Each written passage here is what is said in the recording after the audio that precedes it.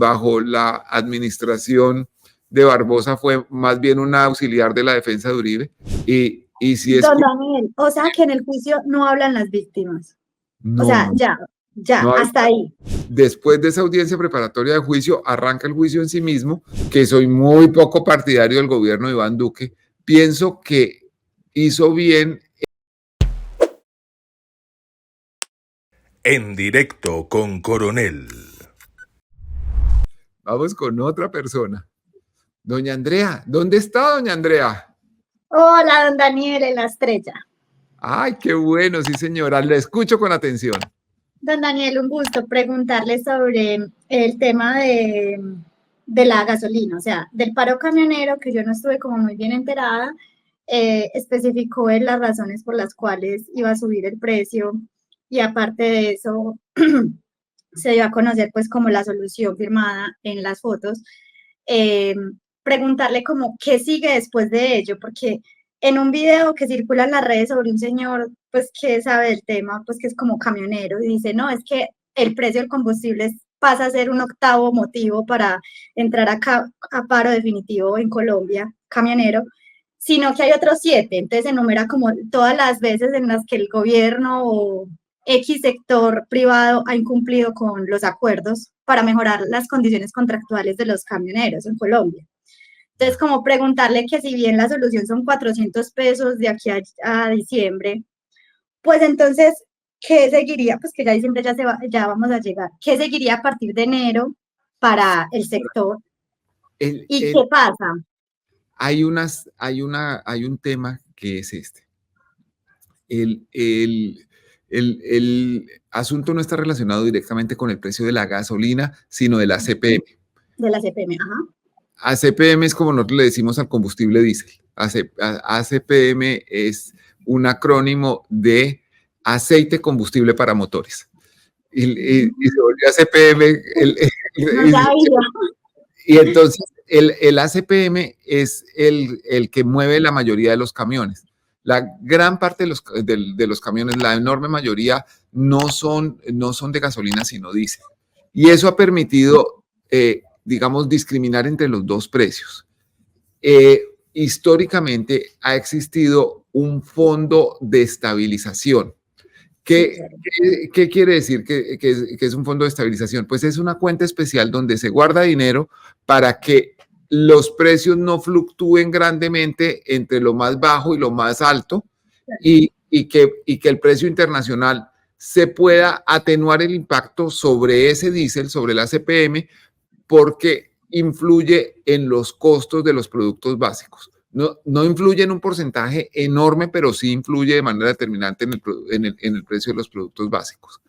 Entonces, ese fondo de estabilización durante la pandemia se volvió crítico, porque estamos hablando del gobierno del presidente Iván Duque, porque estábamos en un país en recesión o camino a la recesión, perdiendo puestos de trabajo aceleradamente. Era necesario mantener la actividad y mantener el abastecimiento, porque usted lo vio, en muchos hogares no era un problema de pobreza, sino ya de miseria y de hambre. Y empezamos a ver banderas rojas puestas sobre las ventanas y todo. Yo, que soy muy poco partidario del gobierno de Iván Duque, pienso que hizo bien en usar ese fondo de estabilización para mantener bajo el precio del combustible, tratando de no agregarle carga al problema de empobrecimiento que estaba la población general. Pero llegó un momento en que había que ponerse al día, en que alguien tenía que girar el cheque, porque si no, esto se vuelve una carga demasiado grande para los contribuyentes. Y el gobierno de Duque, ahí sí yo pienso que con poca responsabilidad, no actuó para empezar a pagar la cuenta a tiempo, sino que quiso dejársela al gobierno que venía.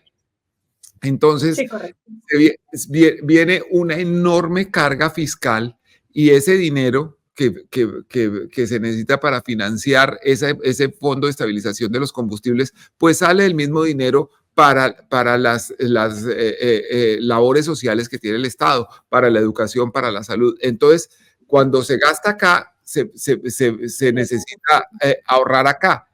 Y el gobierno con responsabilidad, yo pienso que con responsabilidad fiscal, dice, hay que desmontar este subsidio, hay que bajarlo a un grado razonable y todo. Y se vienen a acumular todos los problemas que hay con los camioneros, los fletes, los peajes, todo lo que le cuesta a la industria, que ellos pueden trasladar en una parte al consumidor y en otra no, pero que lo que se traslada al consumidor se vuelve inflación y estalla este paro. Yo creo además, a ver, Pero, siento, don Daniel, eso quiere, perdón que le interrumpa. sí señora, dígame, doña. Siga, termine usted, que siga No, usted. señora, digo que el presidente Petro tiene razón en que este no es un paro de pequeños transportadores esencialmente, pero también es un paro de pequeños transportadores. O sea, sí son los grandes el motor de todo esto, pero también los pequeños están afectados. No es que haya una política diferencial y que es necesario, digamos, abocar integralmente los problemas del sector de transporte para encontrar una solución, porque es un sector estratégico que influye sobre la gente y porque además, no, por Sin mucha ellos no. vocación estatista que tengamos, no se puede decir, entonces ahora el Estado va a comprar todos los camiones del país y se va a encargar de transportar la carga. Eso no es ni realista, ni serio, ni sería productivo.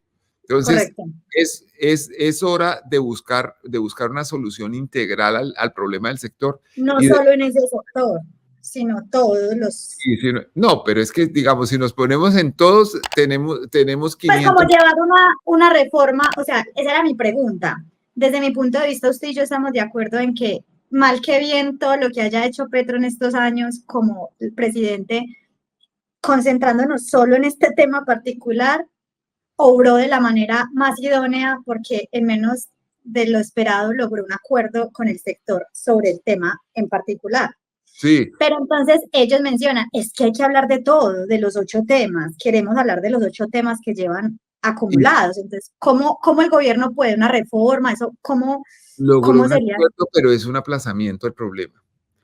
Porque, primero, ni el gobierno puede, ni el país puede seguir sosteniendo la ficción de los precios subsidiados, tan subsidiados del diésel por mucho tiempo, ni los camioneros pueden abocar una cascada alcista en su actividad, mientras a la vez están pagando más impuestos por utilidades y todo. Entonces es una cosa que tiene que mirarse integralmente.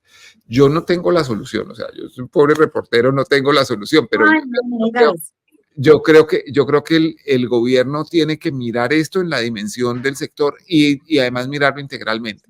Mirar el costo de la cadena de alimentos, mirar primero, cómo ampara el bolsillo de los ciudadanos, sobre todo los más necesitados, y segundo, cómo hace que el sector sea productivo y de utilidad, porque si no hay ganancia, no hay gente interesada en continuar haciéndolo, y eso es algo pues, perjudicial para nosotros, para todos. No es ni bueno ni malo, sino que es así. Es como decir, Daniel, una pregunta. Señora. Daniel, una pregunta sobre Uribe, sobre el caso de Uribe. Perdóneme que le robe tiempo. Es que yo me vi el reportaje suyo de ayer sobre el tema. Quería preguntarle qué sigue en el caso de él, esperar cuánto tiempo, cuál es el procedimiento que sigue después de lo que usted narró ayer. El 6 de octubre se reanuda la audiencia preparatoria del juicio. Después de esa audiencia preparatoria del juicio, arranca el juicio en sí mismo, que tiene un ritual. Primero, la fiscalía formula los cargos y muestra las pruebas. Ya debe haber, ya existe en la fase previa un full descubrimiento, pero argumenta por qué él considera que son las pruebas. Enseguida, en esta etapa no hablan las víctimas, los representantes de víctimas tienen que hablar a través de la fiscalía, o sea, la fiscalía tiene que representar sus puntos de vista, lo cual es una situación seria, teniendo en cuenta que la fiscalía bajo la administración de Barbosa fue más bien una auxiliar de la defensa de Uribe. Después habla el Ministerio Público, que es también auxiliar de Uribe, que ha sido mientras está la procuradora Margarita Cabello. Y por último, habla la defensa propiamente de Uribe. Y después de eso, la juez determina cuál es el sentido de su decisión y si es... Don Daniel, o sea que en el juicio no hablan las víctimas. No, O sea, no, ya, no hasta ahí. hablan los testigos, las víctimas hablan en la etapa de definición de si hay preclusión, si hay archivo de la investigación. En ese momento, de aquí en adelante, ellos no tienen la palabra después de la audiencia preparatoria. Vamos a ver qué sigue, pero es muy interesante y vamos a seguir minuto a minuto ese juicio. Yo creo que va a ser... Sí, yo me lo voy a ver todo. Por favor. Va a estar mejor que el partido de Colombia. Ay, estuvo buenísimo, ¿no? Yo no me lo vi, estaba cocinando, pero es la primera vez que no me veo un partido y ganes que Colombia. Yo también estaba trabajando, pero me mandaron los 2 goles por tweet y iba comentando con unos compañeros de trabajo que sí estaban viéndolo. Es increíble lo que puede hacer un equipo de fútbol acá. Don Daniel, me dio le pague. Doña Andrea, qué gusto verla, cuídese mucho. Igualmente.